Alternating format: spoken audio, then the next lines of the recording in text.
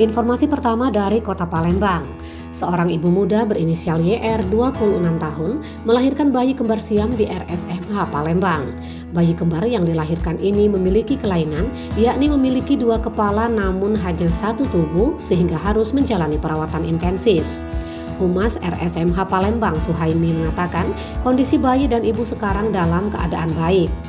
Suhaimi mengatakan dari keterangan dokter yang menanganinya, bayi kembar ini hanya memiliki satu jantung, sehingga tidak mungkin untuk dipisah.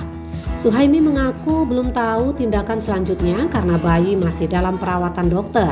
Namun ibu bayi berharap dapat dilakukan perawatan lebih lanjut dalam artian operasi yang terbaik. Informasi kedua dari Kabupaten Musi Banyu Asin.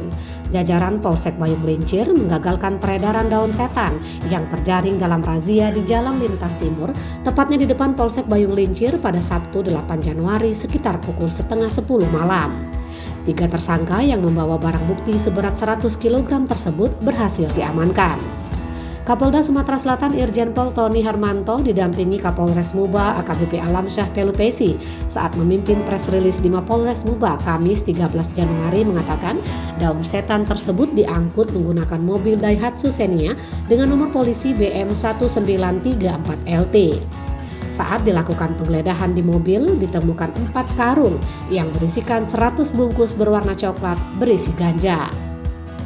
Selanjutnya polisi melakukan pengembangan dan diketahui bahwa barang haram tersebut berasal dari Madinah, Provinsi Sumatera Utara yang hendak dibawa ke Bandung, Provinsi Jawa Barat. Informasi ketiga dari Kota Palembang.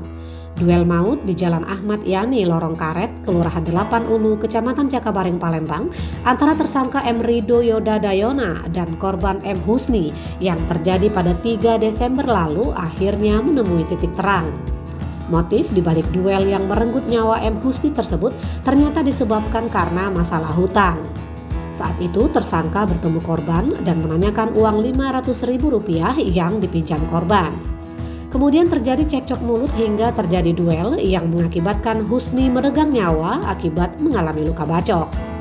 Terungkapnya motif tersebut dari gelar perkara yang dilakukan unit Ranmor Satreskrim Polrestabes Palembang pada Jumat 14 Januari. Dalam rekonstruksi 23 adegan itu diperagakan langsung oleh tersangka M. Rido Yoda Dayona dan dihadiri oleh sejumlah saksi. Kapolres Tabes Palembang Kombes Pol Muhammad Ngajib didampingi Kasat Reskrim Kompol Tri Wahyudi mengatakan rekonstruksi dilakukan guna mengetahui secara jelas kronologis serta untuk melengkapi berkas perkara pembunuhan tersebut. Informasi keempat dari Lubuk Linggau. Jalur lintas Curup Lubuk Linggau tidak bisa dilintasi lantaran truk trailer terbalik menutupi jalan pada Kamis 13 Januari sekitar pukul 5:30 Truk trailer bernomor B9362UEJ terbalik di Desa Mojorejo, Kecamatan Sindang Kelingi, Kabupaten Rejang Lebong, tepatnya di tikungan Alam Beringin tidak jauh dari Polsek Sindang Kelingi. Rahmat, warga desa Mojorejo menyebut kejadian itu diperkirakan terjadi setelah subuh. Menurutnya, sopir trailer belum bisa dievakuasi karena terjepit dengan tebing batu yang ada di sisi jalan. Diduga mobil yang cukup panjang dengan beban yang berat membuat trailer tidak kuat menanjak.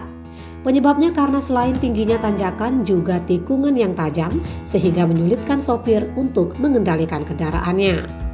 Kapolres Rejang Lebong AKBP Tony Kurniawan melalui Kapolsek Sindang Kelingi Ibtu Helnitawati membenarkan jalur lintas Curup Lubuk Linggau tidak bisa dilintasi.